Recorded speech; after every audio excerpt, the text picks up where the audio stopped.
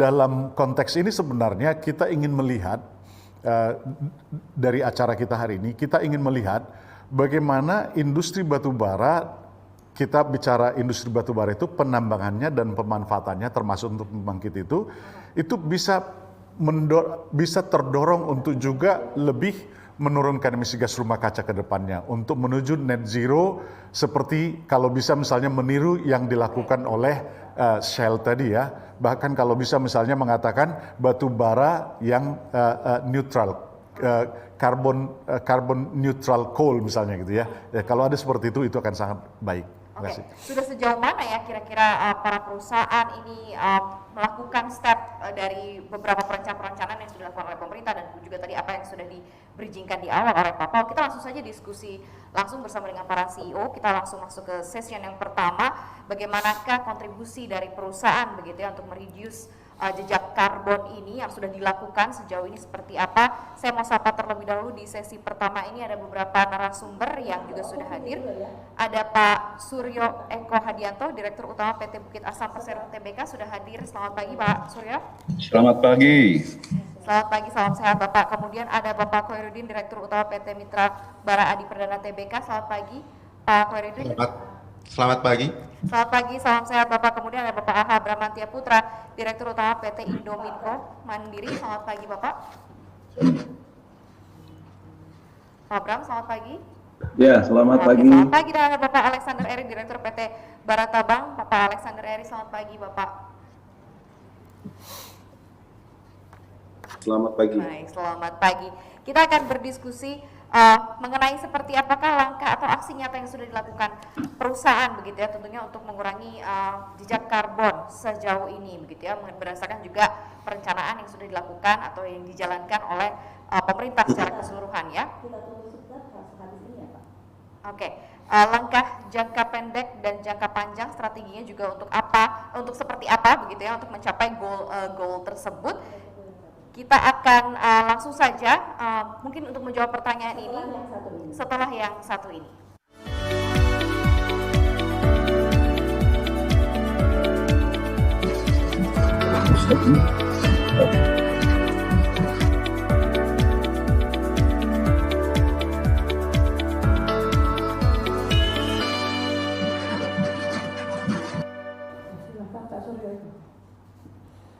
Oke. Baik, kita langsung saja mulai, Bapak. Kita mulai dengan statement yang pertama mungkin dari Pak Suryo Eko Hadianto, Direktur Utama PT Bukit Asam Persero Tbk. Ini seperti apa Pak menjawab tadi beberapa sejumlah tantangan juga yang harus dihadapi begitu ya, sekaligus juga langkah atau aksinya yang sudah dilakukan perusahaan untuk mengurangi jejak karbon. Pak Suryo, dari Anda terlebih dahulu. Yang suruh ngomong saya.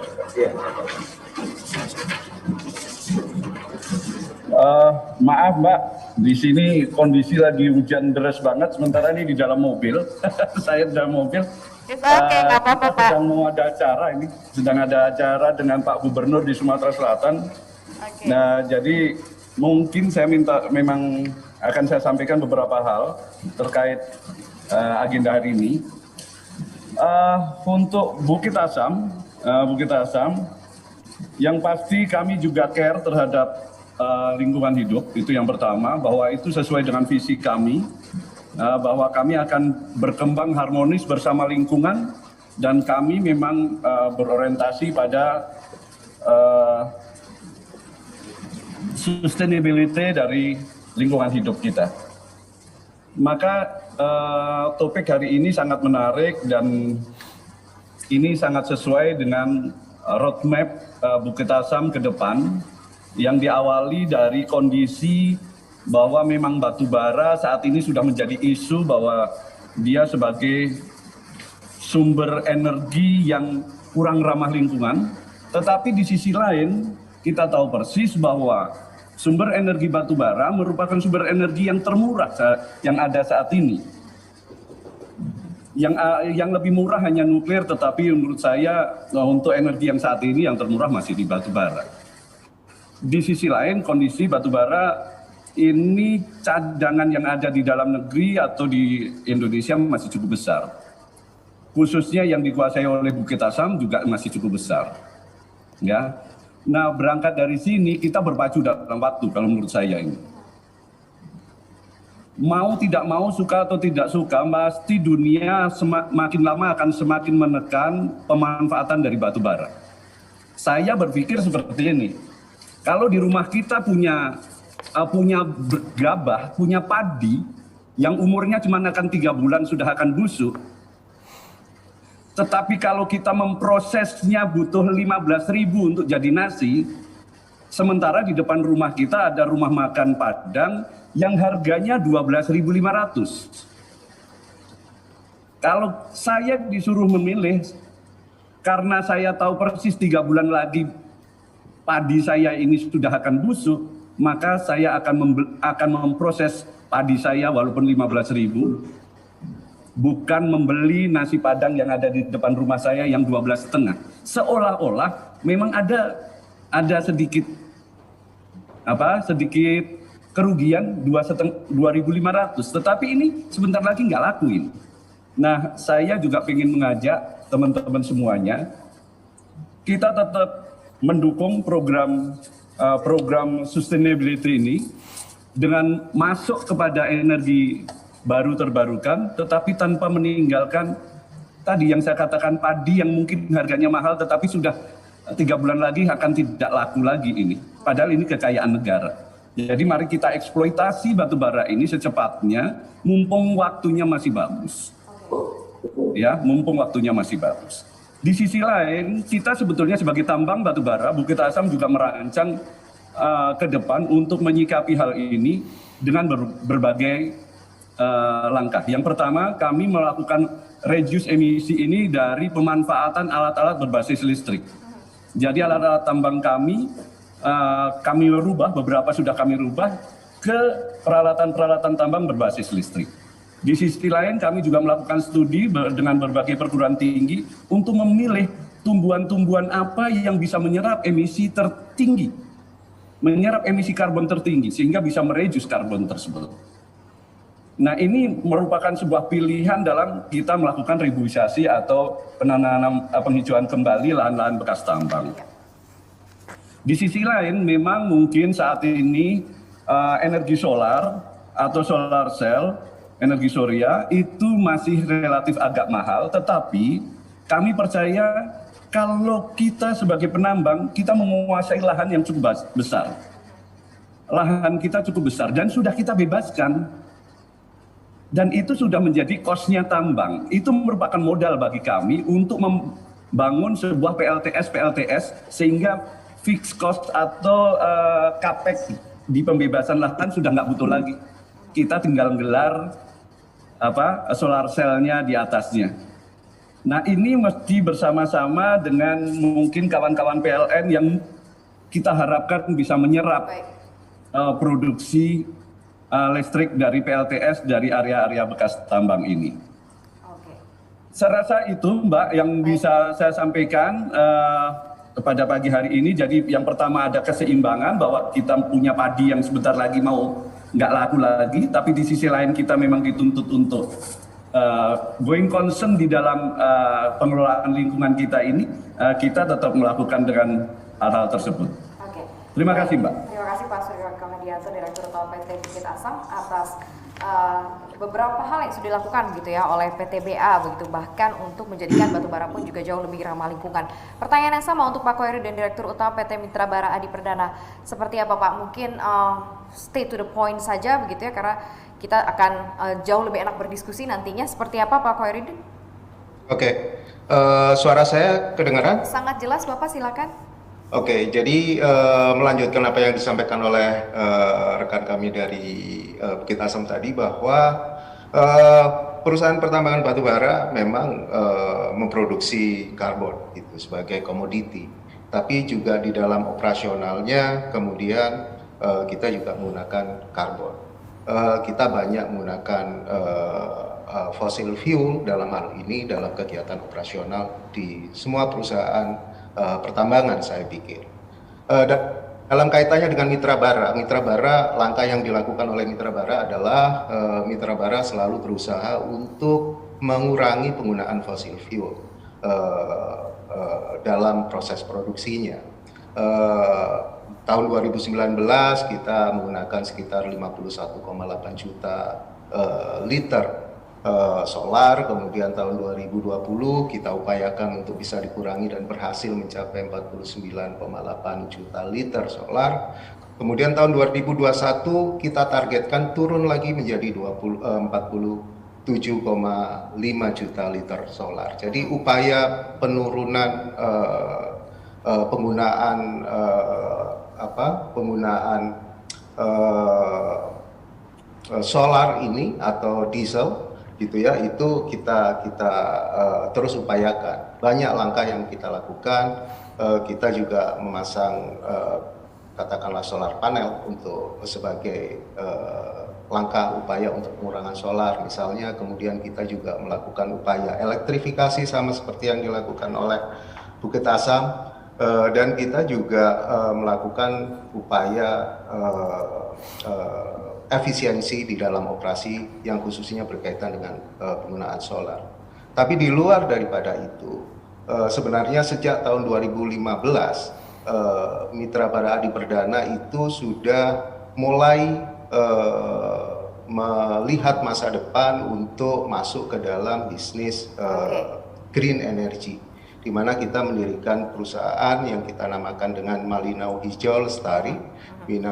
Perusahaan ini memang kita develop untuk memproduksi biomass, yang diharapkan nanti biomass ini juga sebagai substitusi yang hijau, sebagai substitusi batu bara. Kemudian pada tahun 2016 Mitra Bara Adi Perdana juga bekerja sama dengan ENGIE. Itu kita mendirikan perusahaan yang kita namakan dengan ENGIE Cipta Tenaga Surya. Ini adalah perusahaan developer terkait dengan solar panel yang kita khususnya untuk di Indonesia. Jadi kita mendorong penggunaan green energy di Indonesia melalui dua perusahaan yang kita bangun tersebut. Kita semua tahu bahwa ENGIE adalah perusahaan multinasional elektrik utility yang cukup besar. Mereka punya portfolio 30 gigawatt renewable energy di seluruh dunia, dan kita kerjasama dengan mereka untuk mendorong penggunaan green energy di Indonesia di masa yang akan datang. Tahun 2021 kita mentargetkan ENGIE CTS bisa menginstall kurang lebih 10 megawatt, kemudian terus berlipat sampai dengan tahun 2025 diharapkan bisa mencapai 100 megawatt ke depan. Baik, Pak Khairuddin, waktunya juga pas sekali habis begitu ya. Nanti kita akan lebih lanjut lagi berdiskusi. Tadi juga sudah disampaikan secara detail oleh Pak Khairuddin juga terkait mengenai langkah-langkah nyata yang sudah dilakukan oleh Mitra Bara. Nanti poin-poinnya kita akan lanjutkan dalam diskusi. Waktunya untuk pemaparan 3 menit ya Bapak-Bapak. Selanjutnya Pak Aha Bramantya Putra, Direktur Utama PT Indominco Mandiri. Seperti apa Pak? Bapak juga sekaligus Waketum Bidang Lingkungan di APBI. Ini seperti apa nih kalau dibilang disebut adalah langkah nyata perusahaan begitu ya dalam mewujudkan mewujudkan perusahaan yang mungkin jauh lebih bersih begitu ya, atau masuk ke dalam energi bersih atau green energy begitu ya. Kontribusinya sejauh ini seperti apa? Silakan Pak Bram. Baik, terima kasih Mbak Maria. Pertama-tama mungkin perkenankan saya juga tidak hanya membahas mengenai Indominco. Saya kebetulan ditugaskan sebagai Direktur Utama di Indominco, tapi saya juga akan membawa lebih banyak kepada grup, karena kita memang untuk manajemen carbon footprint ini kita coba kelola secara grup. Grup kami adalah PT Indo Tanah Raya Muda PJK, atau biasanya dikenal sebagai ITM. Nah, dalam beberapa tahun belakangan ini memang tren bisnis global itu akan mengacu kepada ESG, environmental, social, and governance. Bukan hanya masalah sustainability. Dan kita memang dalam 2-3 tahun belakangan kita sudah mulai siapkan langkah-langkah untuk kita juga bisa mengadopsi ESG. Sampai demikian saat ini kita masih mengacu kepada sustainability. Nah, yang sudah kita lakukan di dalam grup ITM, bukan hanya Indoneco, yaitu bagaimana kita menyusun strategi untuk kita bisa mengelola carbon footprint ini dengan baik. Dimulai dengan bagaimana kita mengelola, dimulai dengan masalah identifikasi sumbernya, kemudian bagaimana kita memonitor, mengukur, dan kemudian juga selanjutnya yang berikutnya adalah bagaimana kita mengontrol. Mengontrol ini adalah salah satu tujuannya bagaimana kita bisa mereduce atau mengurangi jumlah emisi berdasarkan database yang sudah kita punya. Dan selanjutnya tentunya adalah yang kita akan berikutnya adalah trade-off. Dan saat ini kami sedang menyusun untuk roadmap carbon footprint ini dalam tahap finalisasi, mudah-mudahan dalam waktu yang tidak lama lagi mungkin kita sudah siap. Namun demikian, upaya yang sudah kita lakukan adalah salah satunya seperti tadi saya sudah sampaikan, kita sudah punya database, kita mengidentifikasi semua sumber emisi, kemudian kita juga sudah menghitung kontribusi dari masing-masing sumber emisi terhadap aktivitas kita, dan kemudian juga bagaimana kita melakukan reduksi. Dan salah satu upaya misalnya yang saya bisa sampaikan di sini adalah misalnya kita sudah membuat satu PV hybrid di Indoneco, yaitu solar PV.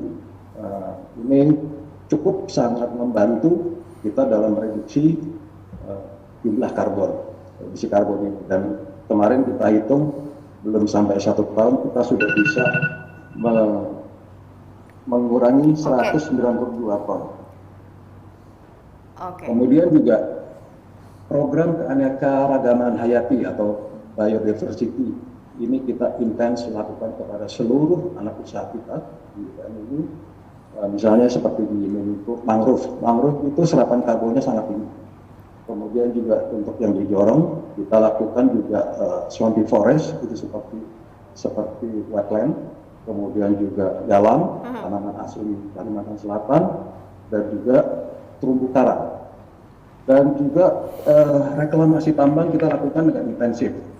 Sebagai salah satu contoh yang kemarin sudah selesai kita hitung, di satu anak perusahaan kami, Pandu Mayang, itu dari total luasan 239 hektar, itu ternyata serapan karbonnya cukup tinggi, 8.500 ton. Dan dari hasil perhitungan kami, yang ini kita sudah sampaikan di dalam keterbukaan, dalam laporan dasar kita, yaitu bahwa total volume emisi gas rumah kaca IPM di tahun 2020 itu bisa berkurang 17% dari kontribusi yang di tahun 2019. Ini merupakan upaya kami di dalam mencoba mereduksi efek dari gas rumah kaca.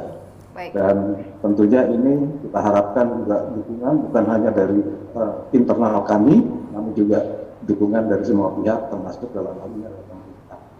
Mungkin itu ya bisa saya sampaikan. Terima kasih. Baik, Pak Abram, terima kasih. Kita nanti akan lanjutkan lebih detail dalam diskusi. Selanjutnya Pak Alexander Eri, Direktur PT Baratabang, boleh langsung Pak dengan langsung saja. Ya, terima kasih. Baratabang bagian daripada Bayan Group juga mengalami tantangan yang sama ya. Kenyataannya tantangan bagi perusahaan batubara tahun ke tahun lebih kompleks, apalagi dari aspek eksternal. Contoh dari perbankan, di mana perbankan secara konsistensi tiap tahun akan memperketat masalah aspek kesadaran lingkungan dari perusahaan tambang. Kedua juga daripada market, power producer di luar, itu juga semakin kompleks karena mereka menuntut batu bara yang lebih ramah lingkungan.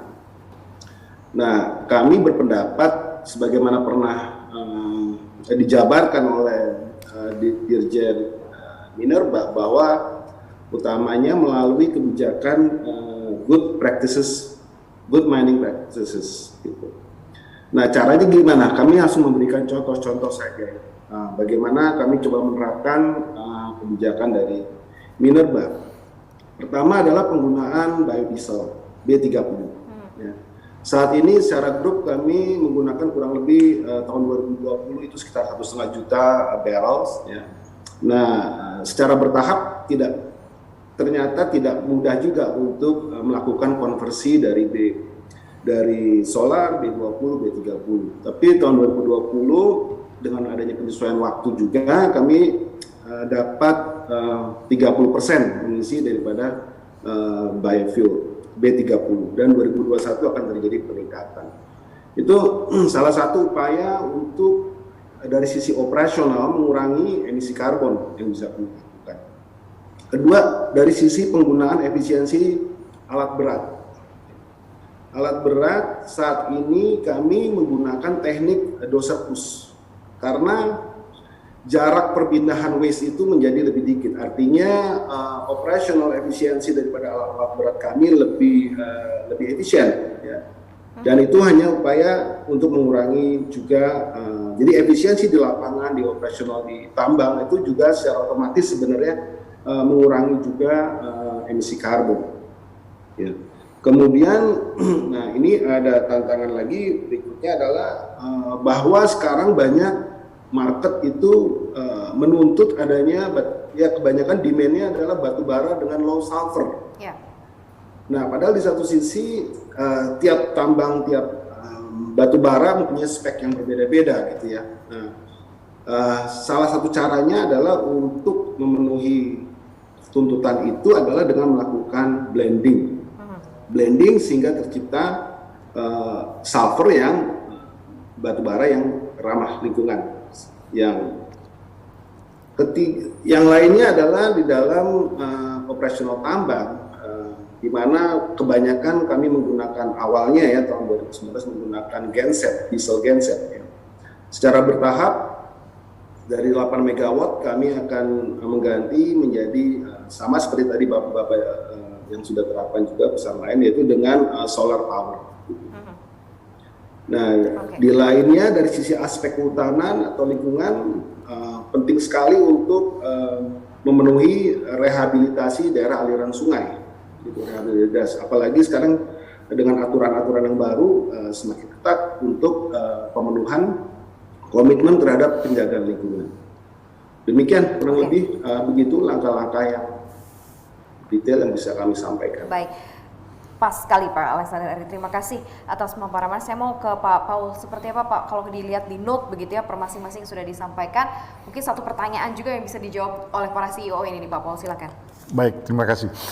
Dari apa yang sudah dipaparkan oleh bapak-bapak tadi, bahwa ada satu poin yang penting itu bahwa para pelaku industri ini sudah menyadari tekanan dari pasar terkait pentingnya menyediakan batu bara yang lebih ramah lingkungan.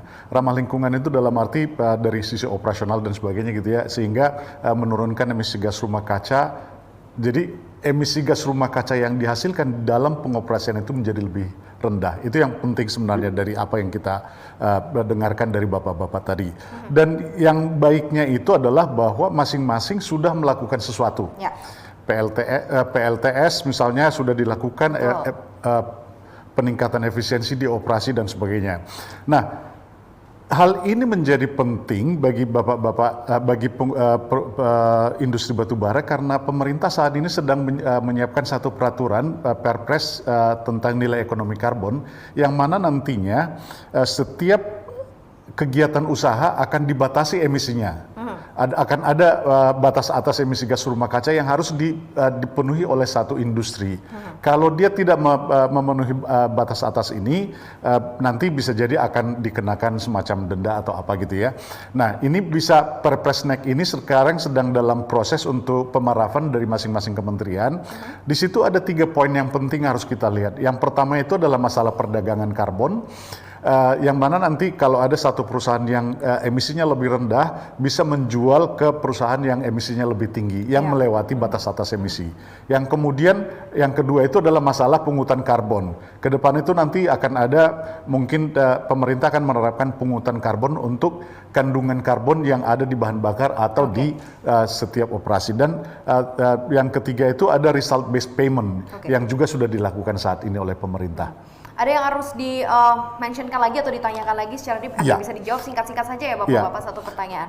Satu pertanyaan itu yang ingin saya tanyakan itu sebenarnya seperti apa roadmap dari masing-masing perusahaan untuk beralih dari katakanlah energi yang sekarang masih mengandung karbon yang tinggi, high carbon intensity gitu ya, menuju ke low carbon intensity, karena memang itu nantinya akan dituntut oleh pemerintah dan juga karena ada tuntutan pasar. Oke. Seperti apa kira-kira, Pak? Singkat-singkat saja Pak Koirudi, mungkin dari Anda.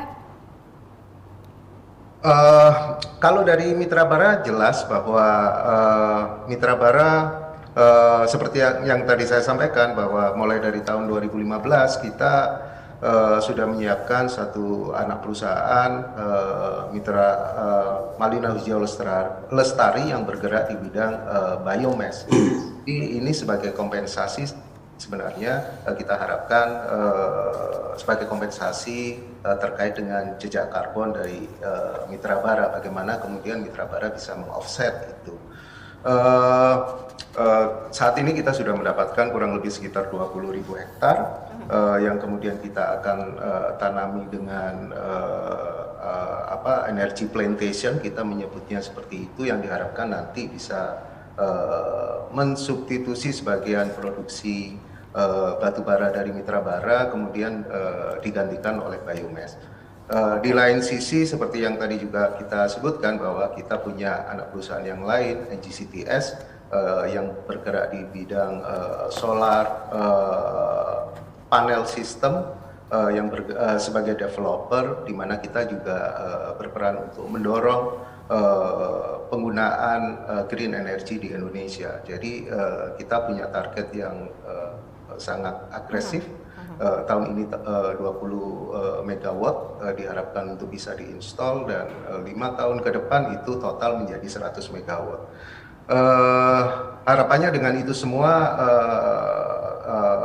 penggunaan jejak karbon di Mitra Bara yang tadi juga saya sampaikan bahwa itu ekivalen dengan sekitar 47,5 juta liter diesel B30, tentunya itu nanti setara dengan kurang lebih 100 megawatt solar panel yang akan diinstal oleh NGCTS ke depannya. Harapannya seperti itu, bahkan kita tentu berharap akan surplus nantinya begitu MHL juga sudah mulai memproduksi biomass pada masa yang akan datang.